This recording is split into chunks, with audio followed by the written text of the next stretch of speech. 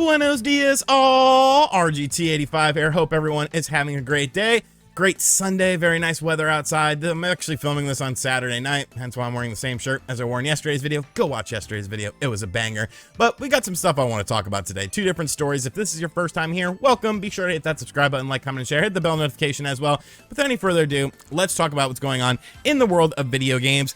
And we're going to start things off with the AEW video game. THQ Nordic had an event this weekend, and they showed off the AEW game for the first time since we got that initial teaser trailer from the game. Now, technically, this trailer did leak like a week ago. I was kind of waiting on talking about it just in case maybe they changed something up or were handing out copyright claims because it got leaked early. But now that it's out in the open, I can definitely talk about this. And I'm definitely liking what I'm seeing from this game. I think a lot of people have it in their mind that like this was going to be like one of the most beautiful looking games of all time and stuff like that. And like, I don't think it was ever supposed to be that. It's supposed to be a fun wrestling game that plays like the classic PlayStation and N64 games. Games like Here Comes the Pain, games like WWF No Mercy, and everything that they're showing us from this definitely gives me that feeling. I like the way that the animations look. They're a little bit stiff, but there is time to continually work on them. They haven't given a release date or anything for this game yet.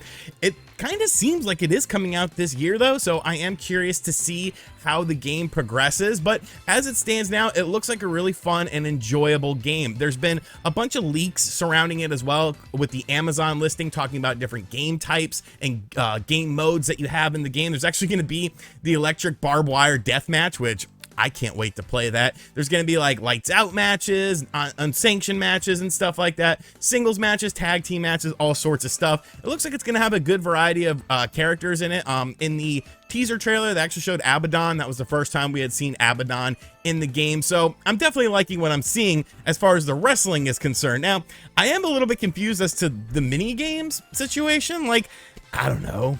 I get it. Like, people maybe like mini games and stuff like that. Maybe it's something to gather the family around, and you know, who doesn't like wrestling, but I don't know. I could do without those. You know, I'll probably check them out maybe once or twice and then just go about my business because I'm more interested in the wrestling aspect. Now, they haven't really delved and dived into the controls of the game. I think that's going to be very interesting. I have to imagine with you know, the original No Mercy producer at the helm of this game, and Kenny Omega also being heavily involved in it, and plus, you know, a lot of the AEW wrestlers grew up playing games like No Mercy.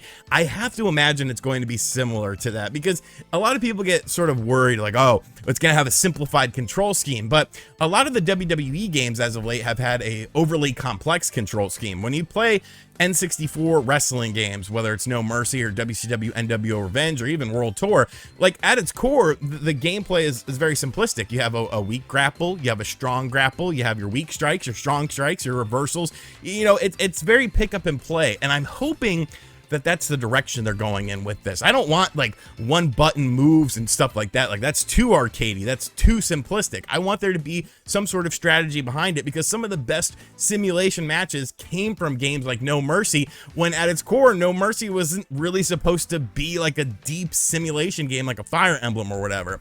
Regardless of the case, I will be buying this game. I'm actually buying 2 copies of this game because it was confirmed that the game is indeed coming out on the Nintendo Switch, the Xbox, and PlayStation, all those systems. So I'm gonna pick up the Switch version to review because I feel like that's gonna be the outlier. Obviously, the Xbox and the PlayStation versions are going to be very similar. The Nintendo Switch version, though, I think that game, it has potential to be huge just because of the fact that WWE 2K18 was the worst thing ever.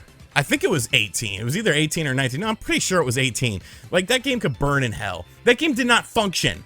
All right, and you don't have a wrestling game that has, you know, that's in that sort of style. I guess we've had other cool wrestling games such as arcade action or action arcade wrestling. Of course, you have Wrestling Empire, Retromania wrestling, but there's not really that sort of game that is like a WWE style game. So I'm hopeful if the game runs better than WWE 2K18 on the Switch, by default, it wins. Give it the flowers, give it its crown. But I will be picking up 2 versions of the game.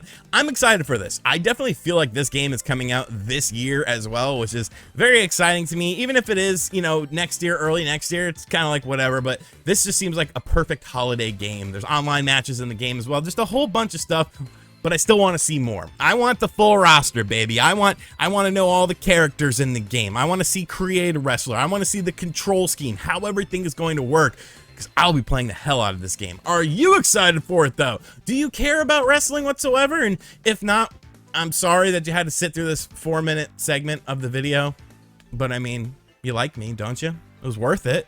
Maybe you smiled a little bit. I don't know. Let me know in the comments down below.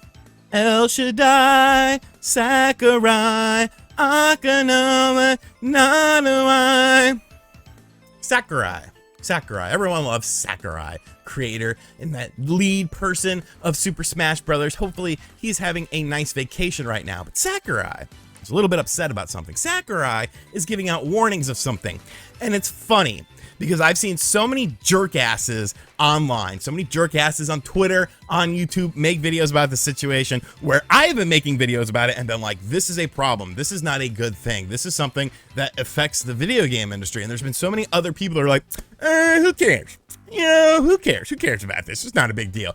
But now that Sakurai, El Shaddai, has a problem with it, I guarantee you, you're going to see people tiptoeing back to the line of, yeah, this is a problem, because they're going to want to talk about this story just like I'm talking about this story. Now, this is actually coming to us from Nintendo Life. Shout outs to them. I'll just put the article up on the screen. I'll have a link to it in the description box down below should you want to read it. But here's the crux of the situation. So basically, Sakurai put out a tweet at 5:08 a.m. Obviously, he lives in Japan, so it's a different time there. But roughly translated, it says, in a little over 2 weeks, you won't be able to add points to 3DS and Wii U. I'm patrolling the eShop thinking it's my last chance. Because of the touch panel, there are probably many things that won't be ported to other models.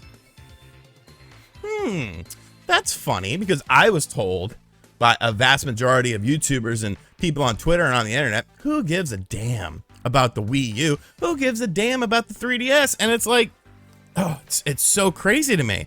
Because even game developers, I feel like when a game developer says this, you have to take it more to heart. You know, game developers have been talking about it, smaller Wii U indie developers, because that was where they made their name. That was where they got their game released onto a freaking Nintendo platform, and that's going to be disappearing, where no new people will have any chance to be able to purchase their games. Same thing with the 3DS. Think of how many exclusive games were available for digital download only, even first-party Nintendo games, Rusty's Real Deal Baseball.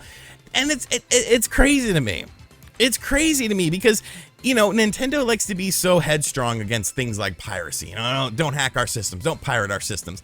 I kind of get it. You know, I do understand it. It's a business at the end of the day, but when you're discontinuing support for a system, and then you are eliminating the ability to purchase games legally on that system that were, you know, either digital only games or are hard games to get physically, what do you expect people to do? What do you expect people to do in this situation? They have to do something if they want to be able to play the game. There's still games on the Wii U that you can only play on the Wii U. There's tons of games. Most of the 3DS library is only available on the 3DS, and some of these games, they can't afford to port them to the Nintendo Switch. They can't afford to port them to things like the PlayStation 5 or the Xbox, or maybe it just wouldn't freaking work because both of those systems had a touchscreen, and, you know, spoiler alert, the PlayStation 5 and the Xbox Series X doesn't have a touchscreen. The Switch kind of does, you know, but I don't know, man. It's crazy to me. It's absolutely crazy to me that it's going to take someone like Sakurai to come out and say something about this